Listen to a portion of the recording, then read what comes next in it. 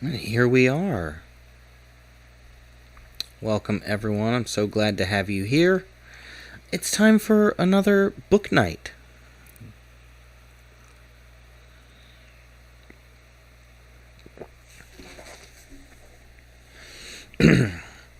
Already having myself a sip of water, trying to stay hydrated, making sure that I can do the best job possible speaking to all of you. Hopefully my sound is good and everything is working fine. Had a little bit of a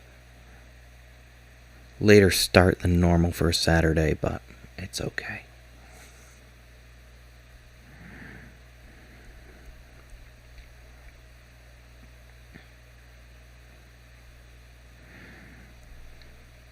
Give everyone a moment to catch up, get in, and, enjoy themselves.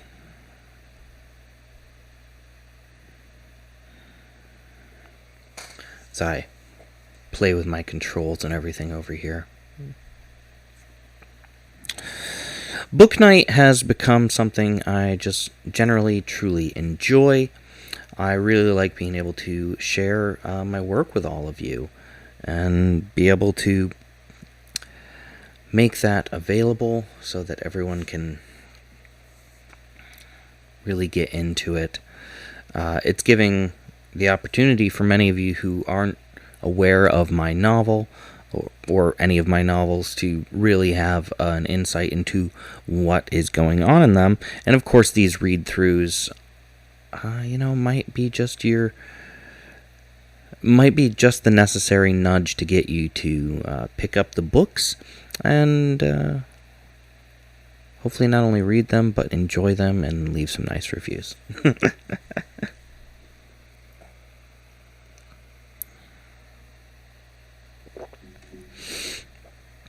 I hope you're having an absolutely wonderful weekend so far with whatever you're doing. A quick visual descriptor before we get too far. I have long brown hair, glasses, wearing a brown shirt. I have some bracelets on. We are here in my studio and library area where I normally stream from on the weekends. We haven't been back to the tavern in a while. And of course, during the week, I'm at the river. Behind me, I have my bookshelves. Right in front of me, I have my microphone. I chose this particular position for it so that I can make sure that you can hear me clearly, and also just the focus is really the reading. I also have a new piece of artwork behind me. A video is going to be going up about that soon, so keep an eye out.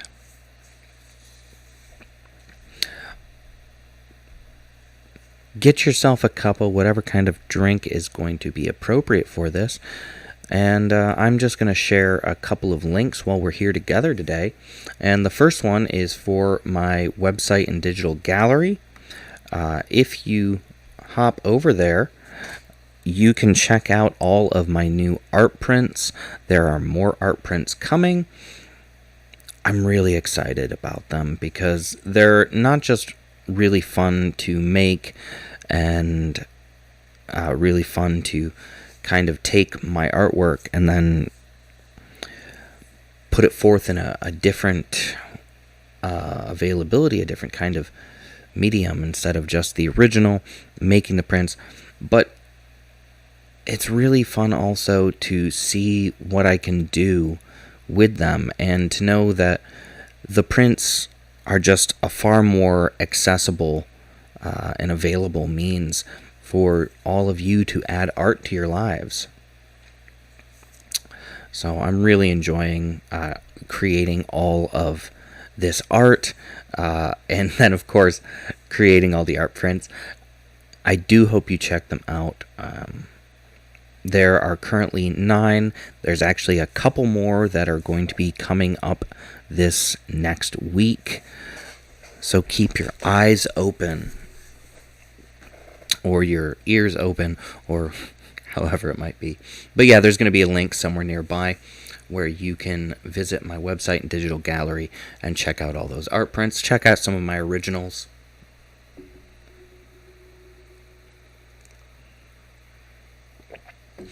And just so you know, I have put a discount code up for the month. Discount code is PRIDE for 10% off. So if you'd like to get an art print, go ahead, use that discount code at checkout and get 10% off one of those new art prints and add some art to your life.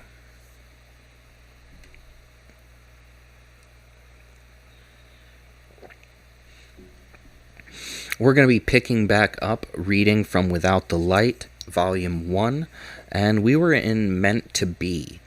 If you haven't seen the previous videos in this read-through series, you can go over to my YouTube channel, Your Saturday Night, the same as my Twitch channel. Go over to my YouTube channel. You can watch those previous read-throughs. They are all on a playlist, so you'll just be able to start from the beginning, watch right through. Each one's about an hour to an hour and a half long, but you can catch right up with us.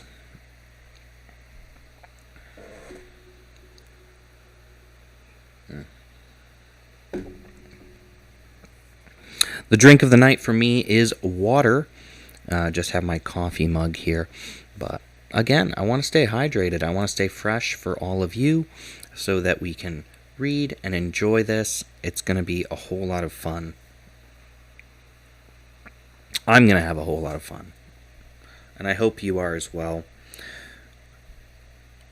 I just have to say, I appreciate everyone who comes for these shows, for these live streams, whether you're joining on a movie night, a book night, a game night, an art night, whatever it might be.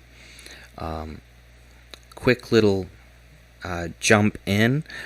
There will be a video coming out so you can see more about it, and the piece behind me is going to be available as an art print as well. Captured Soul, newest piece. It's a bit of a attempt at a sort of a dreamy kind of portrait of sorts. I like it. It's pretty nice. So there will be a video coming out for that soon, and you'll be able to watch it. But without any further ado, let's get into Without the Light, Volume 1. Meant to Be. That's where we're picking up from. So I'm just going to drop a couple of lines back that I've already read, and we're going to start from there. And also, if you're in the chat, feel free to say hello. Share anything that you've enjoyed from these streams or anything that you're looking forward to. Or just share something fun that's going on with your weekend. I'm sure that we're all having a great time. It's finally getting to be closer to those summer temperatures here, so stuff is turning up.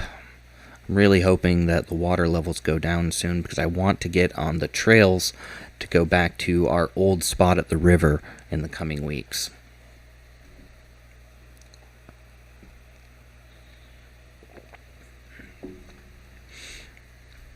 And also there's going to be a link in the chat or somewhere nearby, depending on where you're joining, if you'd like to pick yourself up a copy of Without the Light Volume 1. And if you do, please leave a review. Okay. Appraising our surroundings, I found the boat wasn't in a river, but sitting on a lake or pond.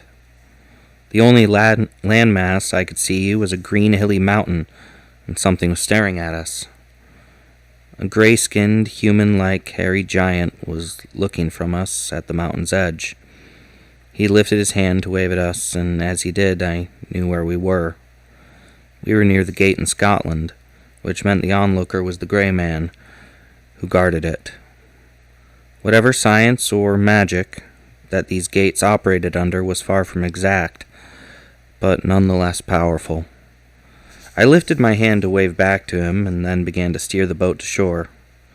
He didn't seem upset that we had crossed through, but then again, we'd come from the other side. If we attempted the opposite journey, I'm sure he would block our way. It hadn't seemed like that long ago we were leaving the earth, and now we were back again. Yet I knew time had swept forward far more than we could see. I had 2 things to do here and had to get to work. Reaching the shore, we stepped up onto the land. The ground here felt so strange to me now. Lily laughed and ran her toes through the grass. Looking down at myself, I found the robes of the ferryman about me again. No doubt, I was invisible to all onlookers here. It was for the best. Though I had to find the lost souls, I knew I had to find the man in the red suit first. The lightkeeper had told me that my replacement had been slacking and I had to rouse him to work again. How do I find him, though? I took Lily's hand and began to move through the world. Things jetted past like illusions, and miles flew by in a single step. I couldn't help but note the loud ring of despair in the world. It bit into my mind and ran its cold fingers through my skin. Why was the world crying out to me? Were that many souls needing my help? The sound began to bear down on me like the weight of the world. I was suffocating. I had to stop moving. My body began to ache as I began to buckle and fall to my knees. I had to hold my hands out so I didn't hit the ground. "What's wrong?" Lily asked, crouching down. I wasn't sure what this was. There was pain in the world, and it was impossible to hold myself up. "Everything is wrong. Can't you hear it?" I coughed out. I felt something bubbling up from my throat. "Hear what?" I began to hack and felt something dripping out of my mouth. "Courtney, you're bleeding." She was trying to find my back so she could rub it. I looked down, and what I'd coughed out was blood. It's pain everywhere. I need to find the man in the red suit. I was choking. My hands began to flicker, and I was frightened. I heard Lily gasp. She must have been able to see it, too. I struggled to sit up and saw that everything was flickering. I was changing into my human form. What was happening? Then it punched me in the gut. It was the man in the red suit's job to keep the balance, but he hadn't been. The world was descending into blight and pain. It was partly my fault. 2 ancients had ignored their responsibilities and the world was suffering. I had to fix this. That meant I had to find the bastard who let this happen. He didn't tell me my duty, not completely, and he was brushing his aside. He knew what he was supposed to do. He made that clear in the diner. Lily tried to help me to my feet, and with weak limbs I struggled to stand. Lily wiped my mouth. I had changed into my human form and could hardly move. I had to lean on her to walk and found that I couldn't travel as an ancient. You'd have to walk, and that would waste so much time and strength. We were close to a town. I stumbled along with Lily to get there. We would need help, or if nothing else, time to rest. The balance had been nearly lost here, and it sapped my strength. As we came to the town, it seemed abandoned. Cars were pilfered of anything useful, and the windows of the shops were broken in. The world was in shambles, and somewhere a selfish asshole enjoyed unlimited power over it. He could fix this, and I would make him.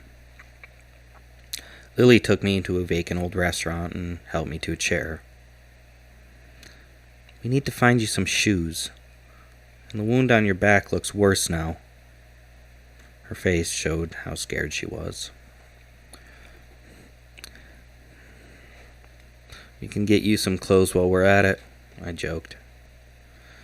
If I tried to seem less in pain, maybe I would be.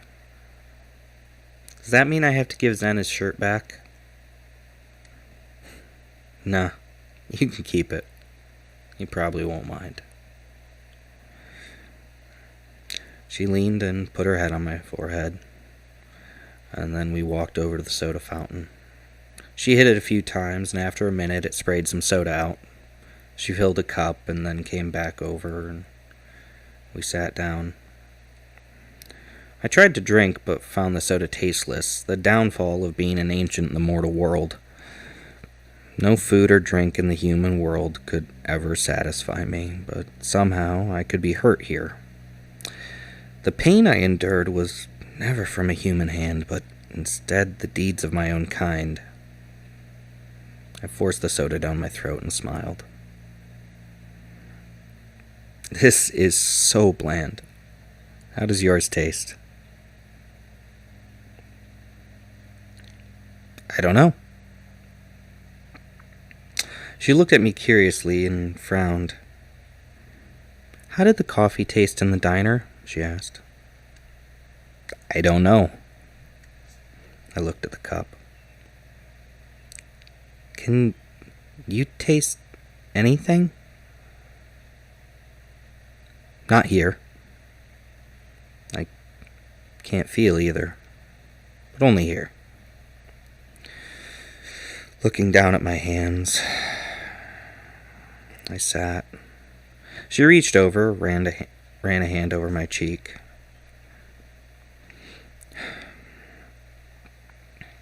We won't stay here long. As soon as you find the red suit, we can leave again, she said, pushing her hand through my hair. After I see him, we have to gather the lost. I need to take them home. She nodded, ran her hand through my hair again. After we had sat for a while, Lily helped me up and we began to search the town for a clothing store. There wasn't much except a second-hand shop, but it was good enough. I found Lily a pair of sandals and a yellow dress. It reminded me of something from an old spy movie in the 70s. Wasn't really all that bad, though. She was playing with some sunglasses that she'd found in a box and finally picked a pair of aviators with little sequined hearts on the lenses.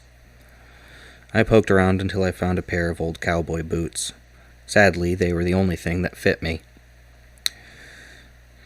They were faux snakeskin and mostly black save for some light blue accents. Shirts were horrid, but there was a nice black button-down, a bit tight but nice. The only jacket I could find was a white corduroy one, hung to my knees, but it was fine. I wasn't very stylish, but it wasn't bad. Lily seemed happy. It was good to see her twirling in front of the mirror. Moving around for me was still difficult, but I was getting used to the pain. It wasn't any better, but at least I was pushing past it.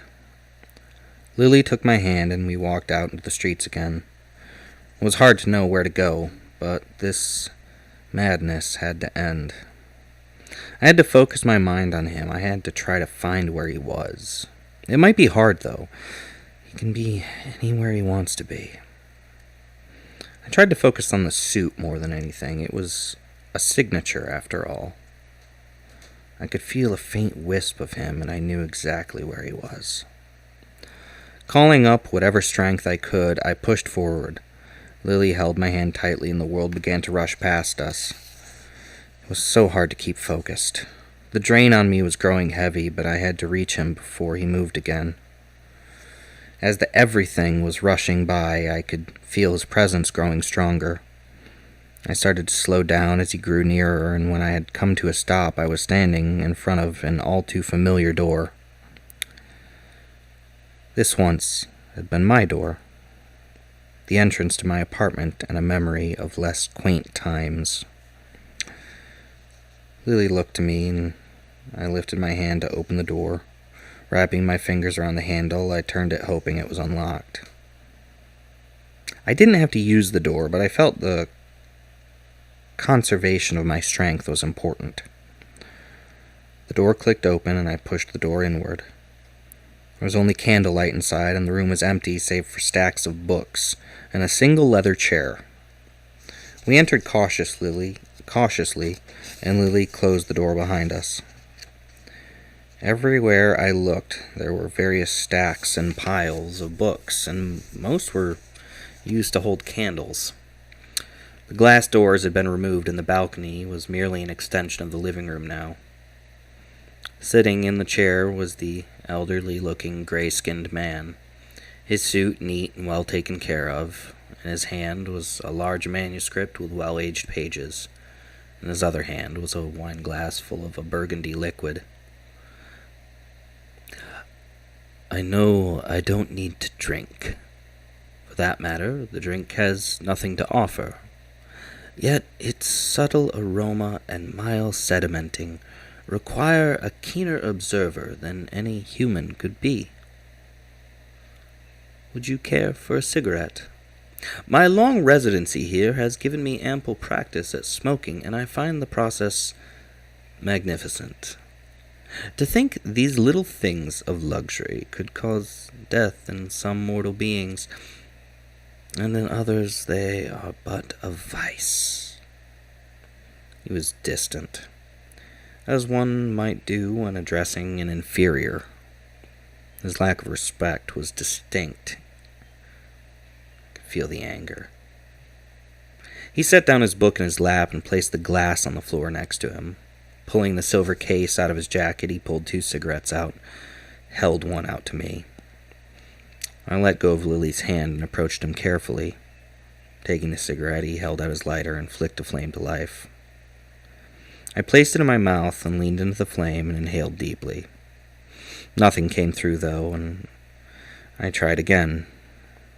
My lungs couldn't seem to suck any air in, so I tried harder. A deep, forceful breath, and I felt what must have been smoke moving down into my chest. As the first mouthful of air left me, he smiled and lit his own distraction. With that done, he picked up his wine again and took a sip. "To what do I owe your presumptuous entrance into my home?" "I think you know what I'm doing here. You've been minding the store without tending to the customers." He took a drag and smiled in a coy manner. "Well, you can hardly blame me. The mortal world offers anonymity as well as unending pleasures, such as the fact that there are no other ancients here to call me out, should my servitude to the oath fail." He spoke without fear, and considering my lack of strength, it was easy to see why. We all have a task, a function, and if you fail to serve your function, we all suffer. I tried to sound intelligent on a subject I was poorly schooled in. I took a drag and tried to remember what they tasted like. Lily wandered up behind me and took my hand again. "Yet you fail to do your own. You are guilty just as I of dereliction of duty. So do not come to me with your inglorious preaching, ferryman." He was harsh, but I had come to terms with my duty. I have begun ferrying souls to the other side, and you wallow here in your hovel, ignoring the balance. Look at what has become of this place. I could feel a flare of emotion greater than I should show. He took note and smiled. "This place is of no consequence. It is but one world along the river. The balance is in unto itself out of balance. Don't tell me you haven't seen the evils of the other worlds, as well as their unending splendors. If the mortal world falters, then another realm will take its place in the great web." He scoffed at everything I'd come to know, and yet I had seen the horrors and glories down the river. The man in the red suit was charged with keeping the mortal world in balance. If you will not do your duty, you'll force my hand. And you will do what? Take me for a seaside tour? He took a sip of his wine. Do your duty or what? You have no power over me here. This is my realm. The river's yours. Go back to it, ferryman. He blew smoke out into my face. My teeth began to grate. I felt the urge to grab him by his stupid black tie. I've had enough of this game, Red, and I have a mind to shove that pompous head of yours up your own ass. Get back to work, or the next time I come here, we'll have more than a polite conversation. As soon as I spoke, I knew I'd given up any credibility I had. From what I could see, the ancients were keen on games, and even more so on distractions. No doubt this game would prove worthy of his attention. I assume you can show yourself out of my home. Do try not to slam the door. He was smiling all too wide for my taste. I had enticed him with good sport, and now would have to deal with him again later.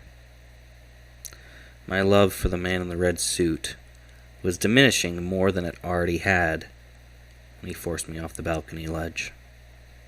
I knew this time, though, he would look up at me from the ground. If he wanted to tangle, I'd make him bleed. Let's go, Lily, I said, turning away. She put my arm around her shoulder, and we made our way from that dismal place. I'd have to plan my next move if he decided to fight with me. He was right, after all. This was his realm. The oath of the man in the red suit was to watch it and maintain the balance. Though he was ignoring his duty, this was still his world. I'd have to find a way to even the odds.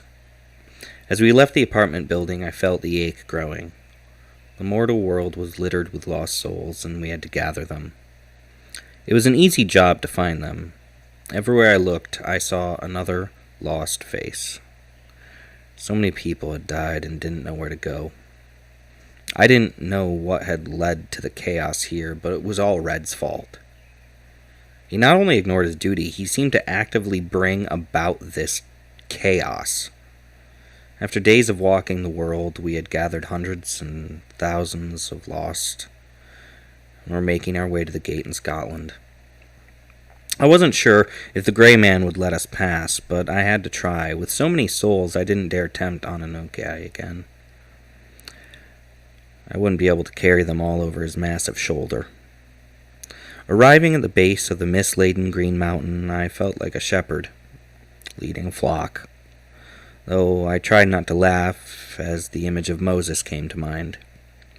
The pilgrimage of the dead had led me again into the dangers of facing a guardian. I was still weak and wasn't feeling up for battle. Lily stayed close to me as we ushered the migration of lost souls up the mountainside. The mist and fog grew thicker as we ascended the mountain. I wondered where the Grey Man would be waiting to strike. When it came, there was no sound from him. He appeared through the fog like a phantom.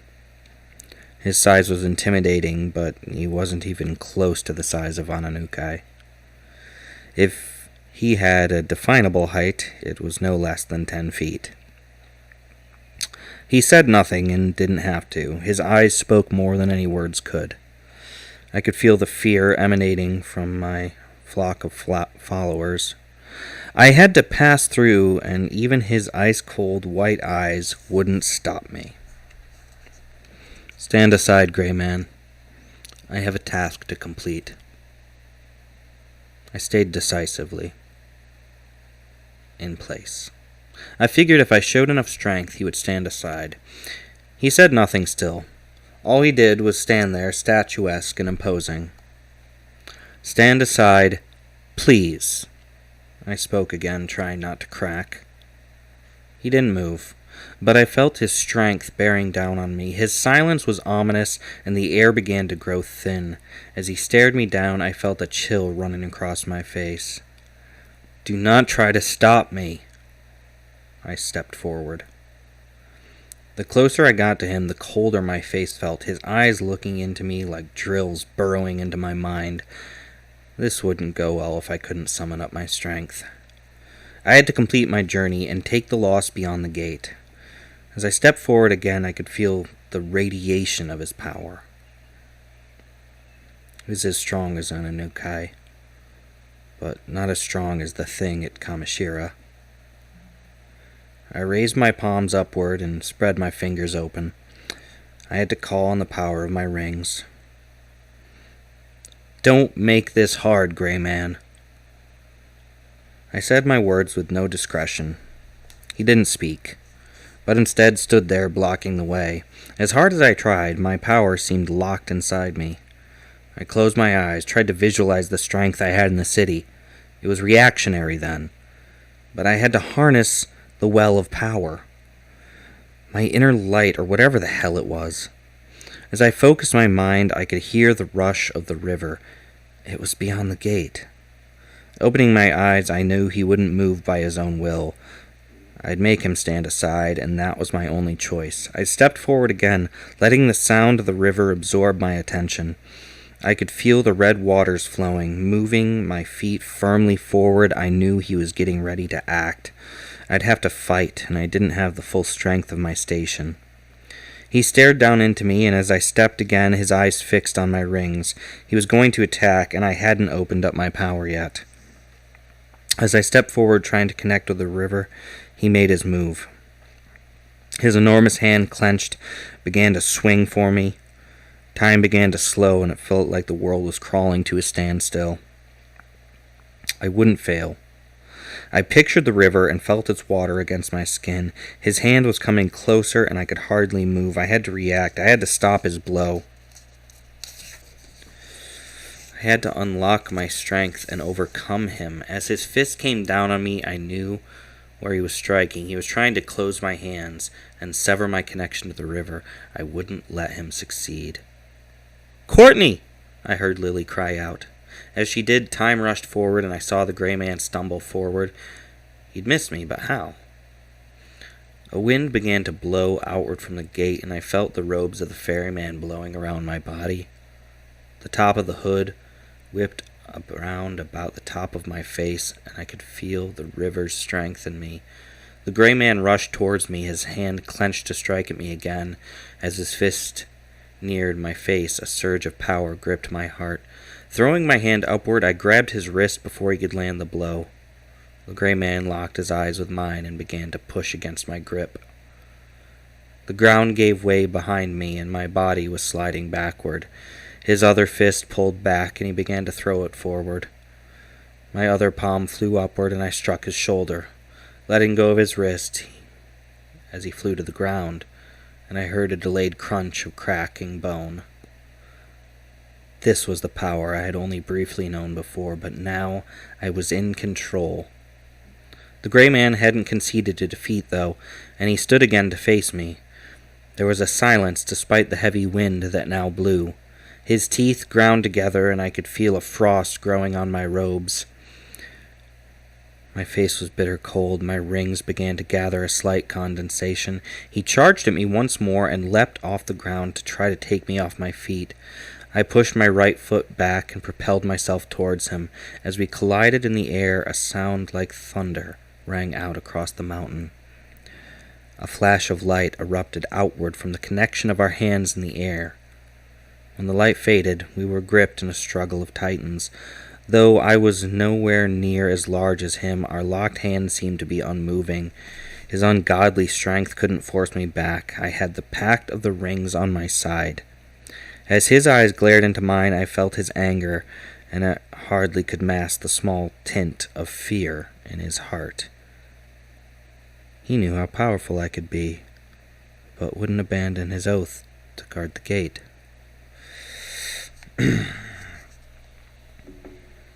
Hi over there on Twitch. Glad to have you here.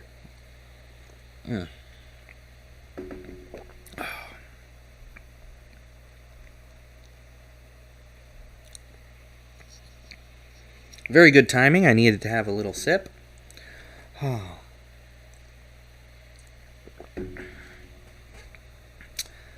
Doing absolutely wonderful here. I hope you are as well. Thank you for the wonderful emotes.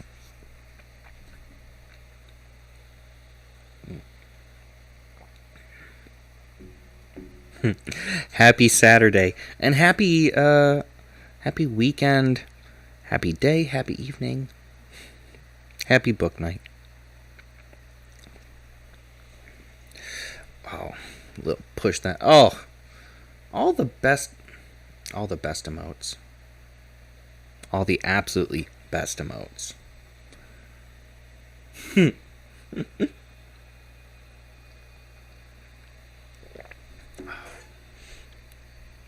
is this?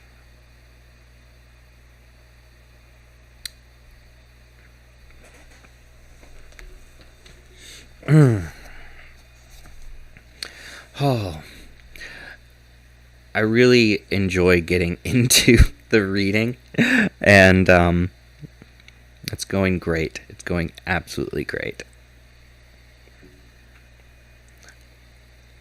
That's no problem. I'm glad you're here. Bringing the fun, bringing the emotes, and bringing good company. Oh. So now is a wonderful time also to just pop this back in. Oh. For anyone who is joining now, or might have joined and not said anything, there's going to be a link somewhere nearby where you can get a copy of Without the Light Volume 1. And, of course, if you go to my YouTube channel, which is also Your Saturday Night, there's a playlist there where you can catch up with all the previous read-throughs of Without the Light Volume 1 if you'd like to see everything that's going on there and know where we are in the story. Ooh. So a quick, I guess, interjection for reading just for a moment. So I had a really fun time trying to get the stream going today. I was a little bit late myself, but for some reason, as soon as I had everything set, I couldn't get Restream to actually even yeah, it was really close to 6 when I got on, but yeah, I couldn't get Restream to recognize my connection. It just kept saying connecting. But and it's just one of those fun things that happens sometimes. If you do live streaming, sometimes stuff doesn't want to connect. So I had to just turn everything off and restart, and sometimes it happens. It's part of the job. That's one of the things too. You got to look at live streaming. I mean, that's whether you do it part-time or full-time. It's still a job, and not everything always goes right in it. But we make the best of it. We have a great time, and that's how it goes.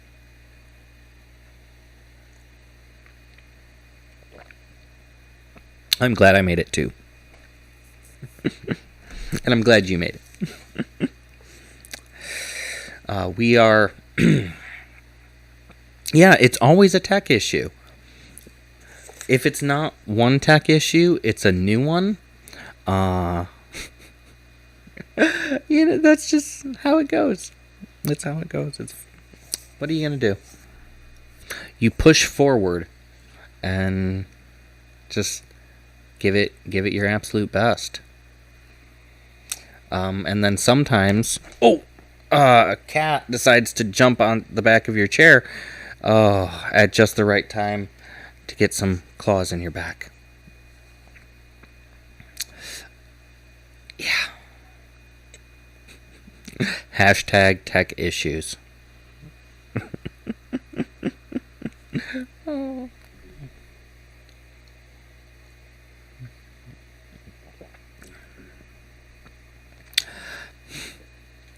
He doesn't doesn't even care if he has to use me as a ladder.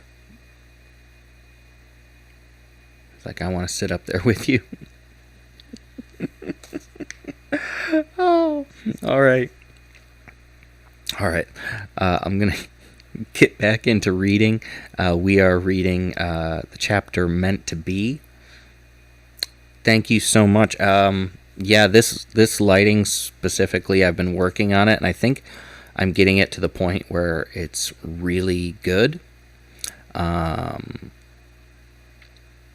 enjoying it.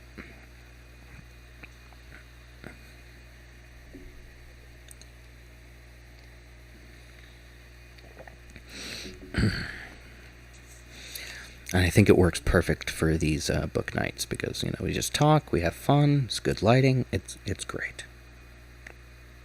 All right. I'm going to get back into our chapter. Let's see, where was I?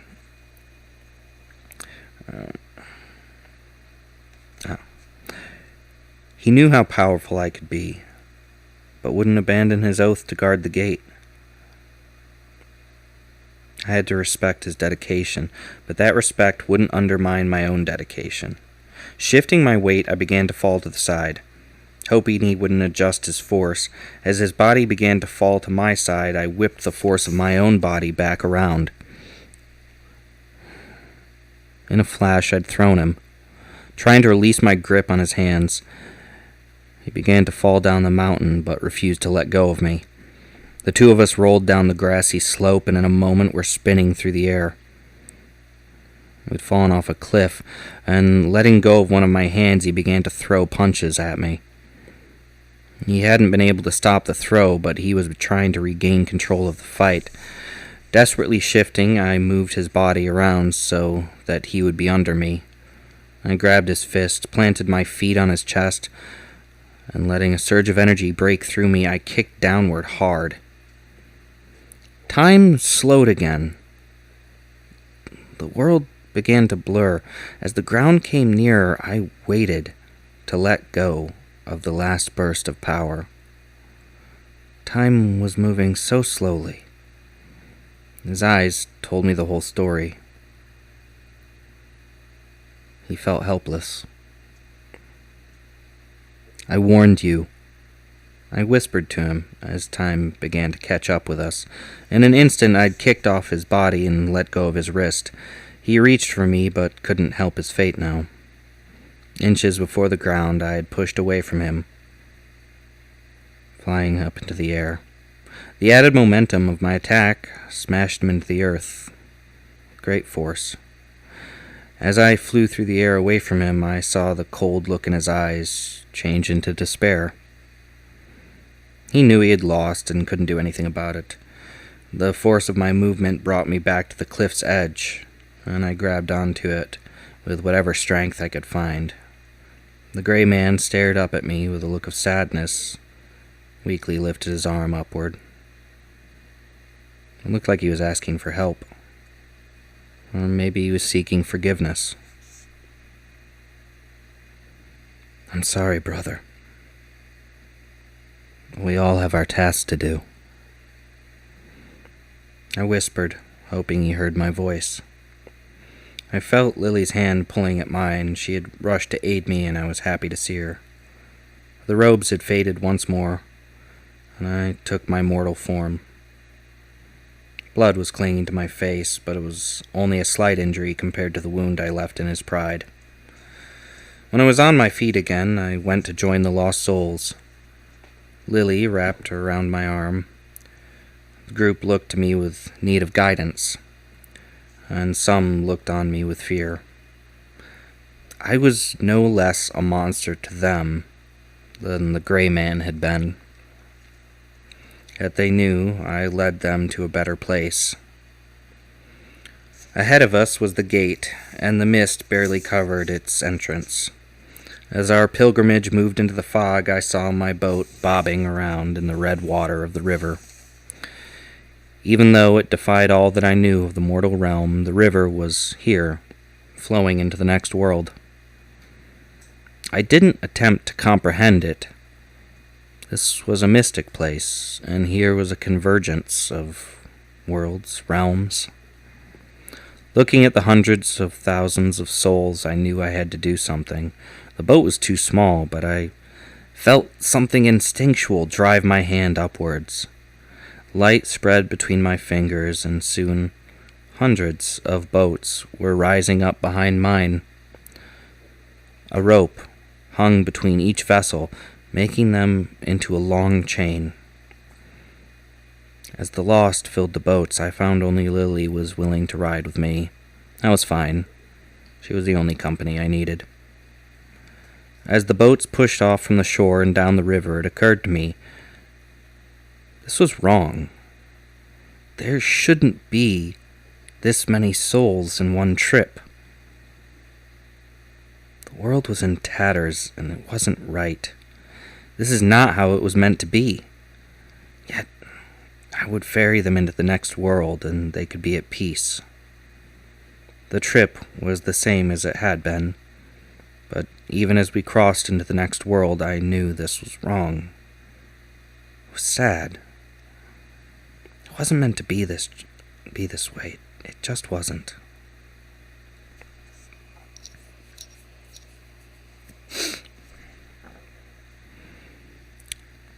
Part 7. So much left undone.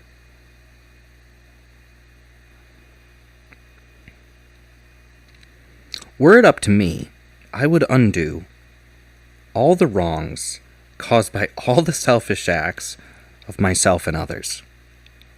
The man in the red suit, the ferryman, Courtney Rubel had all been selfish and undeserving. It made me sick to my stomach to know I had been all three. An action taken by each of them had led me here now. A tiny little person in a tiny boat, towing the masses of the lost down the river. How could I even call myself a person? It's beyond me. But it was clear. I wasn't an angel as I had been called. I was just another creature, and as so many others, I had a path to follow. It was clear that all beings relied on each other, and yet had a path that they were meant to move along. It was up to my kind to keep the many worlds in working order, and when one of us failed, the others had to put them back in line. Screw all that, though. I had to take the lost up the river right now. My current task was more important to me than the concerns of that red ass.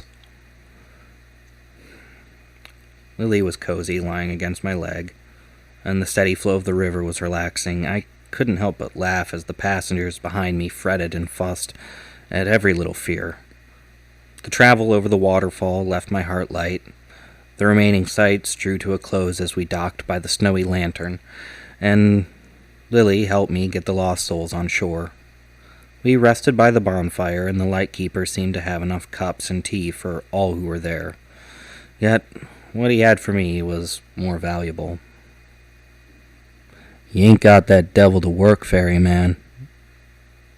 He drummed his fingers at me and spit into the snow. I have a problem. Damn right. You only did half of what I told you to do, he said, taking a drink of his tea. He has home field advantage there. I can't force him to do his job. Problem is you need to catch him off guard. Shit, ferryman. You need a weapon. One what'll do the trick, even if he does have the upper hand. The lightkeeper smiled. Well, I don't have one. And from what I can see, neither do you. He drank a sip of his tea and crouched down over the snow. He began to draw his finger through the powder. You need to get one. Down the river. In the holy sands. You won't see no docking post. There's a twin set of black stones. They're looking towards one another across the river. Cast yourself to the opposite bank, not whereas you've been docking. That's where you'll find a line of stones heading out into the desert. Follow 'em all the way till you see what looks like a tower. Won't have any doors, just a hole on the top. You climb up, and in that hole, go down till you reach the bottom. I can't tell you what you'll find down there. That's where the good stuff was hidden. He'd drawn a map as he spoke, and I had to follow the river back to the desert, past the path of the kingdom. I knew where I was going, but not why. Good stuff? And who hid it? He spit again and looked at me. You're as ignorant as you are ugly. The ones that made us made a good plenty other things. Before there were guardians or mortals. You won't find a proper weapon anywhere else. When I finish up with these folks, hop to it. I nodded to the Lightkeeper and joined Lily with the Lost Souls. When they had rested from the trip here, we made our way to the valley. I was tempted to ask Lily to wait there until I had finished my quest into the desert. I knew she wouldn't. When the Lost were delivered into the valley, I watched as they drifted into the blissful charm. I let Lily walk in and enjoy the splendor, but again I remained outside. This was not my place, and I would never let myself be tricked into thinking otherwise. As Lily noticed me on the outskirts, she returned to my side and put a hand on my cheek. Her eyes told me she understood. I was thankful for every time I didn't have to explain my thoughts to her. No one else ever seemed to know what I was thinking the way she did, and no other would have stuck by me like this.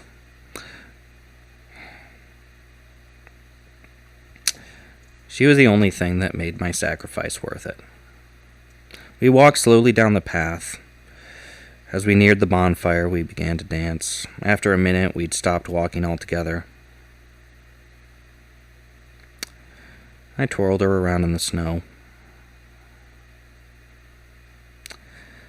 Of course, the fun had to fall by the wayside as I heard the Lightkeeper clear his throat. Killjoy, Lily said and stuck her tongue out. We walked back to the boat. In a kind way, I helped her in, then stepped in myself.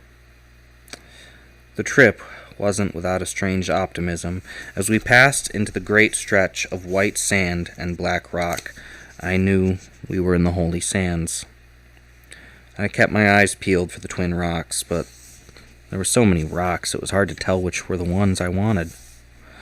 I slowed the boat and kept scanning the shoreline. It felt like the twin rocks should stand out from the rest of the others. I finally saw what the Lightkeeper had described, and I steered the boat towards the shore. I made sure to go towards the opposite side of the river.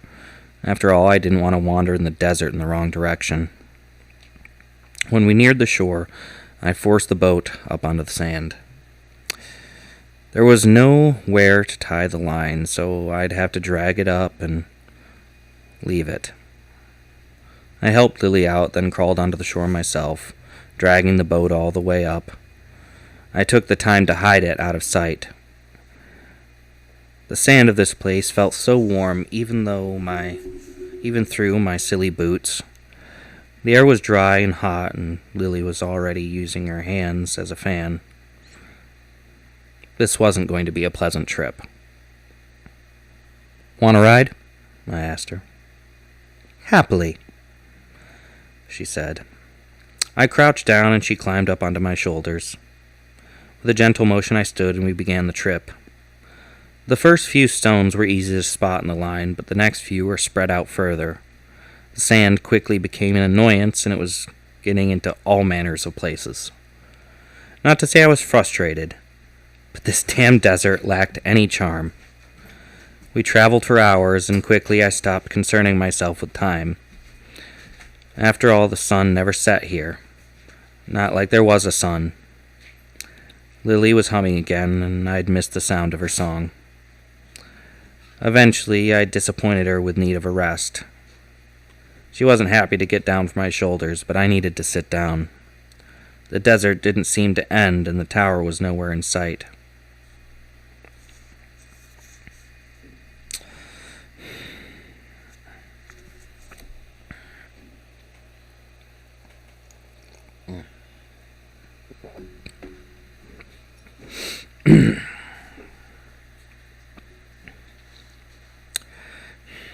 It was time to rest.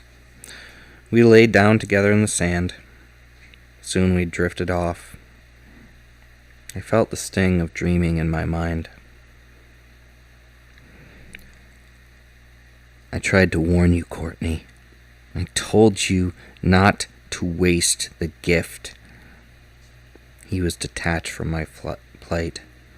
My feet couldn't keep their place on the railing any longer. I slipped off completely. My hands tried to grab onto something, anything. It was too late. I was falling towards the sidewalk at a terrible speed. As my body slammed into the cement walkway, the sound of crunching flesh rang out into the night. Courtney. Tisk, tisk, tisk. I would have given you everything you wanted.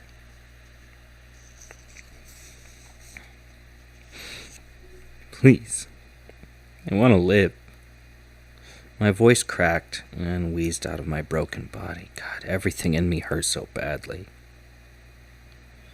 Then you will live forever and ever. When everything went black, the world shifted. I awoke dead to everything around me. A ghost, a wraith compared to what I had once been.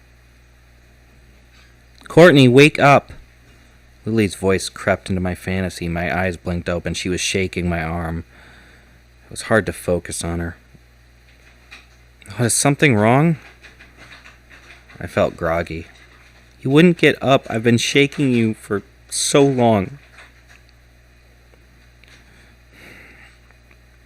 I took hold of her arm and sat up. Sorry, I guess I needed the rest.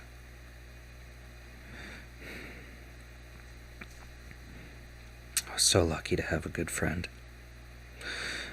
I stood up, held my hand out for her. She took mine, stood up, and jumped something in the distance.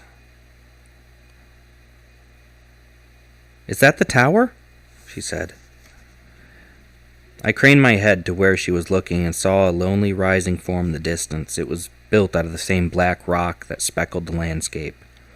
It had an alien nature to its architecture. It was sculpted to look like a stack of pyramid shapes, some facing upward, some pointing into the earth. The very top was an upside-down pyramid with large tusk-like stones jutting out of its surface, like a craven mouth. I guess so. The sight of it was alluring, and it was drawing me in. As we got near to the tower, it was becoming more imposing of a task. It rose so high above the sand that I doubted I could climb it. For that matter, I wasn't sure if it was able to be climbed at all. It was built to keep people out, and though it had no guardian, the construction was protection enough. Lily, I think it'd be best if you wait out here for me. Not a chance are you leaving me out here, she said, flicking my ear. I wasn't comfortable taking her inside the eldritch monstrosity, but I couldn't tell her no. We searched the outside of it for somewhere to climb, but the only routes were rather vexing. After enough time to decide, we began climbing up a corner that seemed eaten away by the ages. It was the only side that had any good places to grab hold of. It seemed like we'd been climbing for hours when Lily asked if we could rest. So we took a break on one of its many ledges, and soon Lily was sleeping. I didn't feel safe falling asleep myself. It seemed best for at least one person to keep watch. When she awoke, the journey upward continued, and after whoever knows how long, we reached the top. As the lightkeeper had promised, there was a hole in the center of the massive tusks, and I couldn't help but feel like I was looking down something's throat. Fortune favored us here, and a set of spiral steps led downward into the darkness. We walked down the steps, hand in hand, and it seemed like the stairs led on forever. Days passed as we descended into the pitch-black confusion. There, finally, came some light, as we came to a hallway at the bottom of a deep hole. Small lanterns lit a path of stone in a massive hallway. It was large enough to let titanic creatures pass this way. That's all I could imagine. I looked upward and could hardly see the light at the top of the tower. The tiny speck looked almost like a star in the sky, and I understood this place wasn't meant to be explored. Yet I had been sent here to get a weapon. Something that could give me the upper hand with the man in the red suit. We began to walk down the giant hallway, and Lily clutched tight to my arm. It didn't stretch for a long time, and eventually we came to a dome-shaped room. It was built of similar proportions as the hallway, and its walls were lined with cubby holes. The holes held an uncountable number of books and scrolls, some so large I wouldn't be able to turn the pages, let alone lift them. Hundreds of smaller books lay at the ground level, and another staircase spiraled downward in the center of the room. There were 3 doors into the room, each leading down a massive hallway. I made note of the one we had come into. Getting lost here was not an option. "Where do we go?" Lily asked. "I don't know. Somewhere there are weapons. Want to split up? We can both look, and if either one of us finds something, we can yell for the other," she offered. I didn't feel too good about the idea, but there didn't seem to be anything here that could hurt us. "Okay. Yell if you need me." She nodded. We both made our way down one of the hallways. As I went down the hall, I came out into a room much like the last. These held something less useful, however. I scanned over them slowly, and took note of the many bodies. This was a tomb, and its residents were in near perfect condition. They'd not worn away, and they still wore the wounds they had when they were taken into death. Many of the bodies gave me a shudder, for they had not gone in a good way. I stopped in my tracks when I came to one very specific body. It had so many cuts on its skin that I shuddered. The one arm had a yellow cord tied around its bicep. There was needle marks in the skin. It was pale and sad, and I wished I had never seen it. It was me. Or at least my human body. Everything about it brought me screaming back into the past to the night when I readied myself. The day I had planned to end everything. Everything about the thing told me it was what should have happened that night. I felt a compulsion to touch it. I lifted my finger to come close to the sorrowful thing's face. It was wet and cold.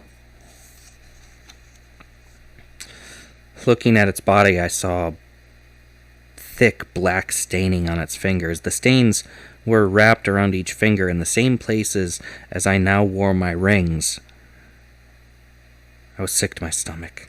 I began to double over. Then I saw something worse. It glared into my soul and made my blood into ice. It was a name underneath the body. Courtney Rubel. Man in the red suit number 5. Ferryman 10. Third Elder, the Timekeeper.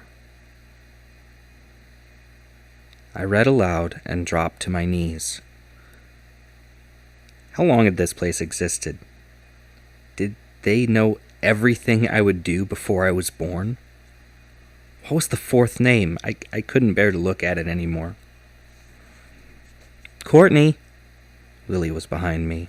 I was calling your name. Couldn't you hear me? She asked, walking towards me. I wanted to tell her to get away, but I couldn't speak. I heard her choke when she saw what I was next to. She fell to her knees, pulled her head towards me. There was a long silence, only broken by the sound of crying. I never told her about that night, and I hadn't said anything of my mortal life. I didn't know how to explain what was lying in that cubby, or why it was here. She didn't ask any questions. I thanked heaven for that small favor. After she stopped crying, we left the tomb. I couldn't bear to be there any longer. She took me down the other hall. There was something there she wanted me to see. The last dome was an armory, a museum, and its walls were covered in unusual armor and weapons, and in the center of the room was a strange map. It seemed to be a map of the Great Web. An unending river was the only thing that connected the myriad of worlds. I could see the holy sands was in the outskirts of the river. The mortal realm was on the very border of the map and looked like an oblong ring at the one end of the river. Yet the river itself was a large snaking trail curving throughout all the worlds. The kingdom and the city were both marked, as was the valley. The map would be useful to us, but there was so much I hadn't seen further down the river. Something that caught my eye was a place known as the Library of the Elders. It was the word elder that struck me. I would have to go there and get answers at some point. But for now, I had to choose a weapon.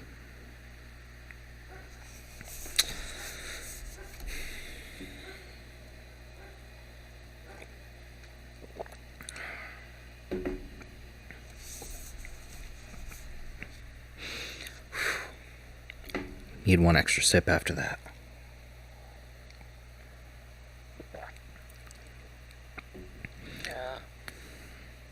Thank you for the emotes. I hope you're enjoying tonight's reading.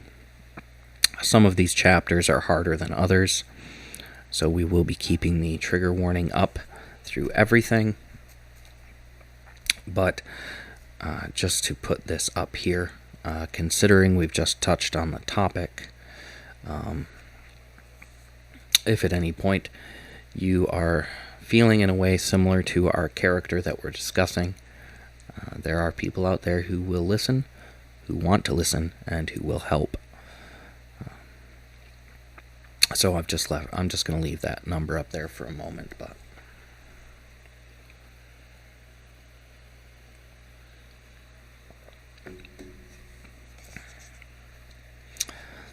always reach out if you need to.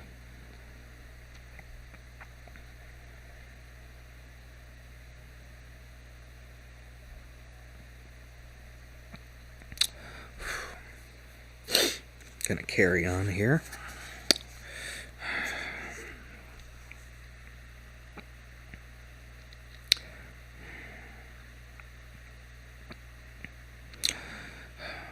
So why don't we take a few? We can leave this place, Lily said, looking at the various things on the wall. I don't think that's a good idea. I need to choose one. The Lightkeeper said a weapon, not many. I knew things had to be done in a certain way.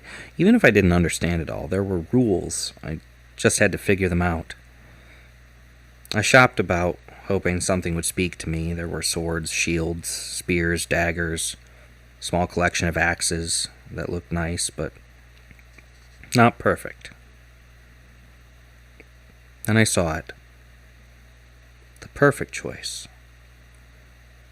The blade was rusted, showing no gleam from the lights. It was intimidating, morbid. The right thing to place fear in Red's useless heart. The humble weapon of death. A scythe.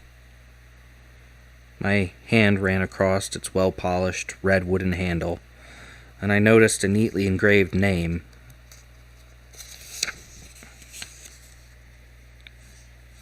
Vengeance. I read it aloud. Lily ran her fingers over mine, touched the wood. It's a little creepy, she said. I know. I like it. There was a strange sound to my words. I lifted it from its mountings and felt its mild weight in my hand. It was comfortable, and I knew for certain it was the one. Let's go, Courtney, Lily said, tugging at my arm. The look in her eye was one of concern. Good idea. Will you grab the map? I asked her. She nodded to me and ran over to get it. Folding the map, she shoved it into my pocket. Then we made our way out to the stairs. The trip up wasn't as bad as the one down, and the only problem was getting back down the tower. As we made it into the light, again I looked out from the tower towards the river. It was so hard to see from here, but I could make out the red tinge of its waters. As I held the scythe up at my side, its dull blade seemed to dim the light, though maybe it was just shadow. I dropped the scythe down the side and landed with a soft puff of sand. Then I helped Lily down and began to climb. It took nearly as long to get down as it had to climb up, but we didn't take a rest this time. Instead, Lily and I slept at the base of the tower. I felt the sting of dreams biting into my senses, and it was less than pleasant. All right. We're going to stop on the second dream sequence for this read-through. Take a moment to appreciate some of the development. At this point in time, if you've been following along, a lot more of the mythology and lore of this world, the Great Web, is being opened up bit by bit. And I will say I do take a great deal of pride in my creation. I realize a lot of people probably enjoy the things they create, but I've been spending a lot of years building the Great Web, building these storylines. I also appreciate that if I was to try to write this story now, it would be very, very different. So in some ways, it's like a time capsule for me, seeing a different point in my life and in the way I saw things and in what felt right for the characters.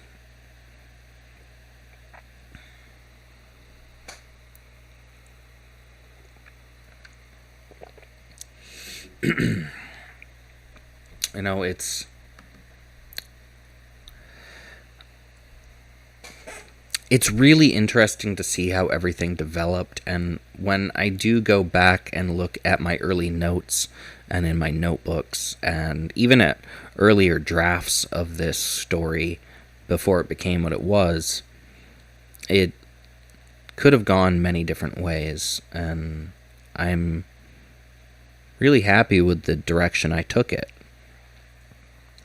I hope that you've been enjoying listening to this read-through. We will not be having another one for a couple of weeks, so just so you know, and I'll try to announce the next read-through day, because of course we need to take breaks on and off and explore other things, right?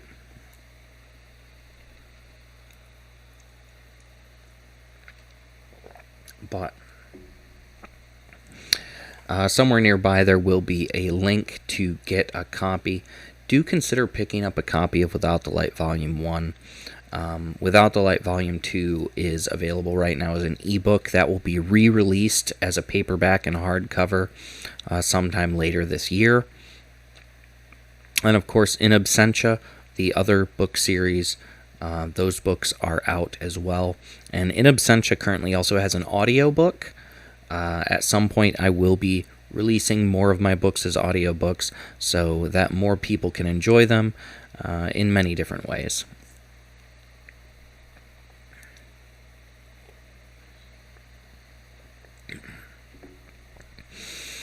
However, I appreciate being able to spend time diving into this fictional world with all of you.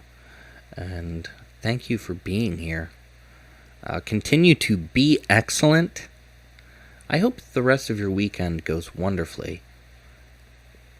Or if you're watching this on replay or sometime later on, I hope the rest of your day goes wonderfully. Your week, your month, and your year.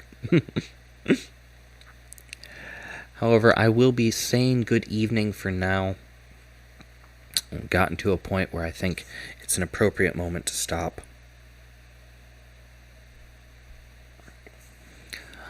So,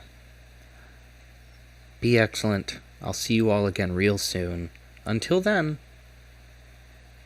stay amazing. Bye, everybody.